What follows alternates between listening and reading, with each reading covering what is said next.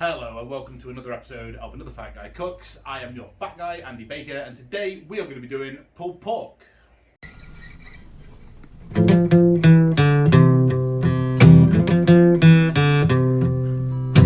Another lost day, another lost year, another chopped onion to cover up the tears, another dream dead, another loss on the books,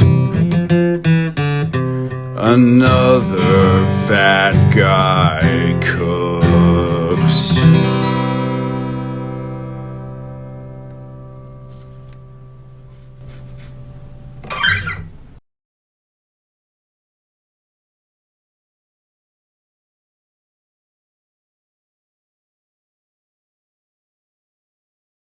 Alright, so pulled pork. We're going to do it properly. We have got a smoker outside. I've got a nice big pork butt. We're going to give this a nice covering in mustard and rub. We're going to let it sit overnight, and then we're going to smoke it tomorrow, and then we're going to eat it tomorrow evening. So this episode is actually going to span 2 days, but for you will be about 15 minutes. The joy of television. You may also notice that I'm wearing glasses today and have worn them in the past sporadically. This is because I'm a moron and think that I don't need glasses.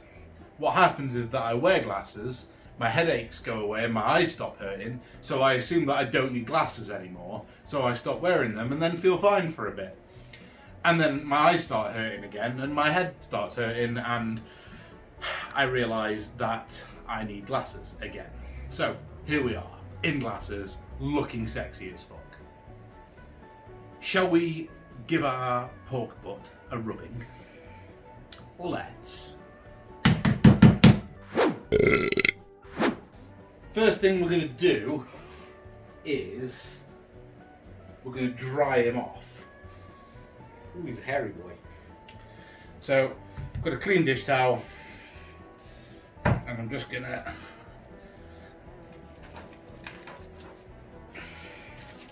dry him down a little bit. Okay, now he's already been scored, but I'm just gonna add a few more score marks to the fat. And we're gonna do it crossways as well. It's just so that when we come to take it apart, all the fat separates and renders nicely, etc. Right. So, first thing we're going to do is we're going to cover them in mustard. This will allow the rub to stick to it for longer and produce a better bark when we're smoking it. So, I'm just using common Old Garden American mustard, and we're going to rub it in with our hands and make a complete mess of ourselves. I could use English mustard for this, but I'm not doing, because I'm using English mustard in the rub and I don't want it to be too mustardy. And American mustard is basically, you know, when you compare it to English mustard, effectively flavourless, so it should be fine. So we're going to make our rub. Now, normally with the rub, I'd do about, I don't know, like 20% salt-ish, maybe a bit less, and then brown sugar, paprika, garlic powder, all of those things, right? But I have got some Tony's Creole seasoning and a bit of Walker & Sons Slap Your Mama. And these are both amazing, and I don't know which one to use, so I'm going to use both. So we're going to go, and the reason I'm not putting any salt in is because both of these are quite heavily salt, so we're going to go probably about 50-50 with Tony's and the Slap Your Mama. And what I wow. Ugh. And what I can tell straight away is the Slap Your Mama way heavier on the black pepper To that, I'm going to add some English mustard,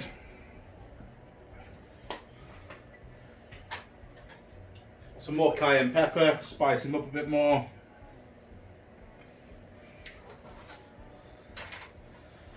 and a load of brown sugar. You can do this by eye, you can measure it all, you can do whatever you like. You'll do. Okay, and then we're going to get all this mixed up. See how it tastes. Yes, this is almost 2 episodes in a row where I've done a rub. You people seem to like meat episodes. Dessert episodes, not so much. So, I like to give the people what they want.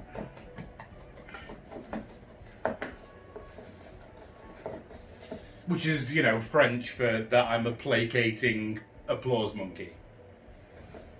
Okay, so there's our rub. As you can see, we're gonna get a pinch. Give it a try.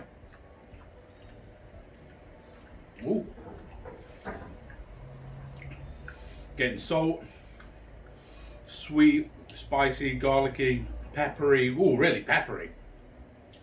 Really good. Cool. And then we're going to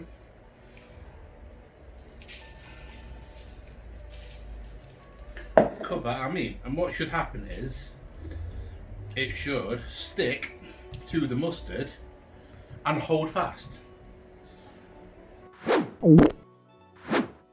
Okay, so what I'm going to do now is I'm going to tent this in foil. I'm going to leave this in here overnight because it's outside in the garage and it gets freezing as shit in here anyway. So it will still defrost, but it won't, you know, get warm and go bad. So we're going to leave him in here overnight. As soon as the sun comes up tomorrow and it's looking like a nice enough day, which, you know, is England, so may never fucking happen, we're going to take this outside and get him on the smoker. So for you, that will happen really quickly. And let's go. Okay, here we are in my beautiful garden with very little actual garden in it. This is a chimney. Look at it. It's very rusty because I leave it outside. We're going to put some scrunched up paper in the bottom. Normally I would use newspaper or any spare paper that's around to start this, but I didn't have any that I could find that wasn't, you know, important mortgage documents or things that I needed, so I just stole some out of the printer. So we fill the bottom, turn it upside down, stand it on the grill. Now, nice and easy, grab our charcoal briquettes and we fill it all the way to the top. What you may notice is occasionally when I bend over while wearing this hoodie and these jeans, you can see a tiny little piece of my ass crack. That's there just for you. Okay, so it's filled all the way to the top, and now we're going to take our little mini blowtorch, which I think somebody actually bought me through my Amazon wishlist, so thank you very much for that. I think it might have been Lorna actually. And we light the bottom, we blow on it for good luck, stand back, admire our work,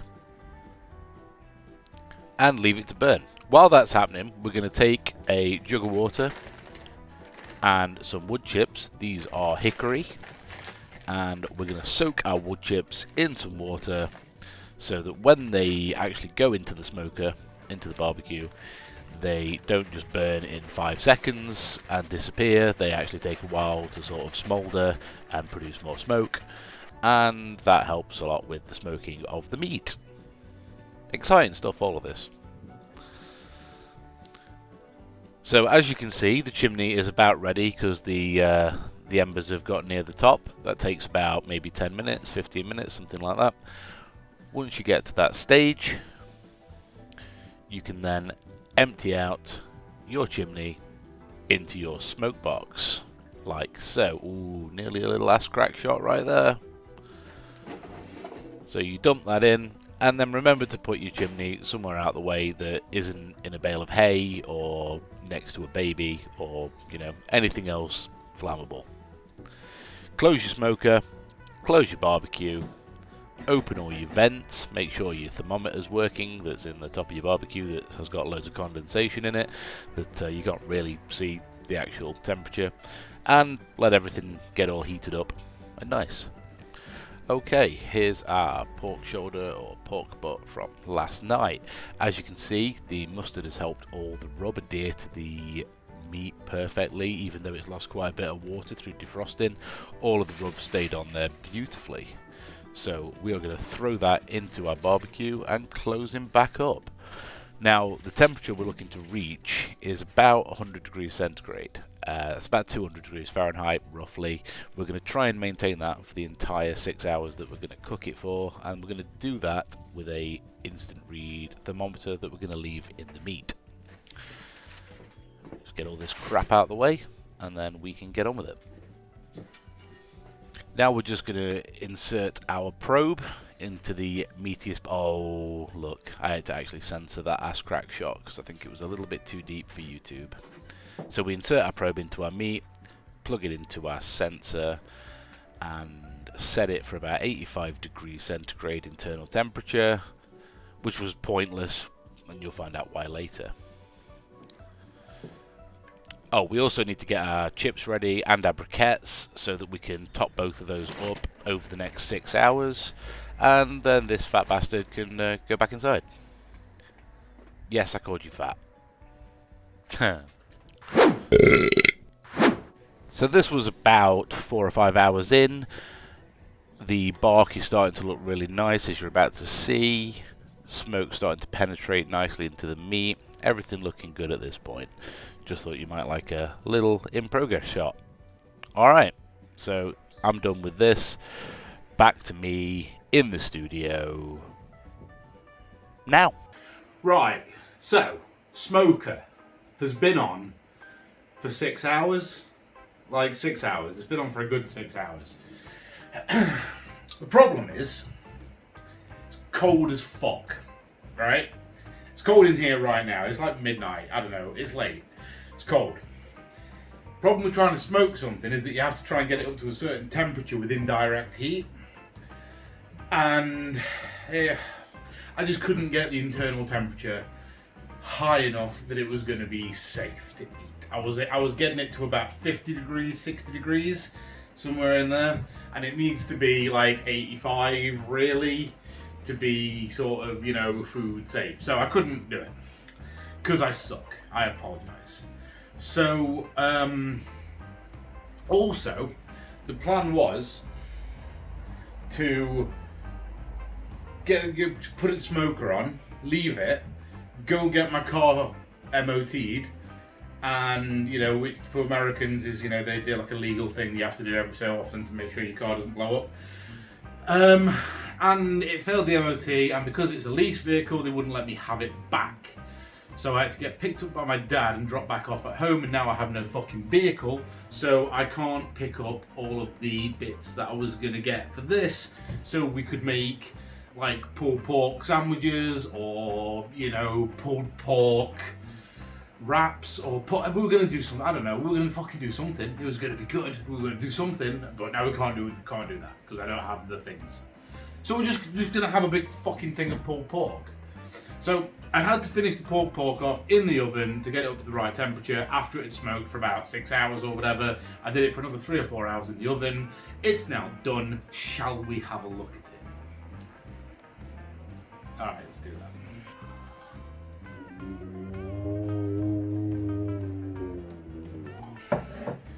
Alright, let's shred this bitch up. So 2 forks, and then you just go in and you start smooshing it.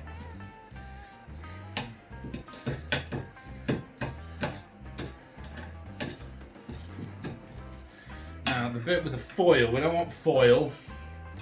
You know what, we'll maybe say this bottom piece here. Oh my god, that looks so good though. Ah. We'll put that under there. You can digest a small bit of foil, right? I'm gonna go with yes. This is so fucking good. Oh, it just melts. And it's got that amazing Creole, salty, crunchy flavour on the outside. Whoop, there goes some. That's how you get ants. But yeah. So what I would normally do,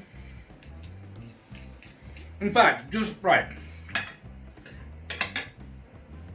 You know that episode that I did where I did the brisket? Yeah, you remember that one? No. Did I do brisket? Yeah, I did brisket. I did brisket with blue cheese coleslaw. Fuck, just make that again. Make that blue cheese coleslaw again. But then instead of the it's so good. Instead of the thingy, the brisket, use the pulled pork. I mean, I don't know if you can see this, but just look at it just fall apart. It's so good. I'm gonna devour this. Look at this piece here, right? This is just crackling. Look at this. Is there tiny little bits of silver on the bottom? Maybe. Does that really matter? I'm gonna Google it later. It's like the most awesome crackling that you get on a Sunday dinner, but with loads of flavour. And it's so good. You can see, by the way, see all these pink bits here? They're the bits where the smoke's penetrated. So those bits are like the super smoky bits. And they are so fucking good. Right. I'm not actually going to eat all this, believe it or not. I'm going to wrap most of it up and go and dish it out to my folks tomorrow. Well, they're going to have to come get it because I don't have a car. Oh my God.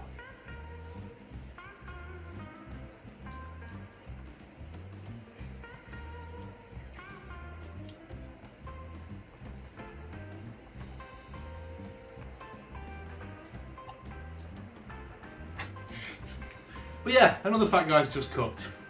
Pulled pork. It's fucking amazing. Make it with stuff though. Don't just eat a big pile of it on its own. Or do. I don't really care. Thanks for watching. I'll see you guys next time. Take care of each other. And yourself. No. Take care of yourselves. And each other. What's that from?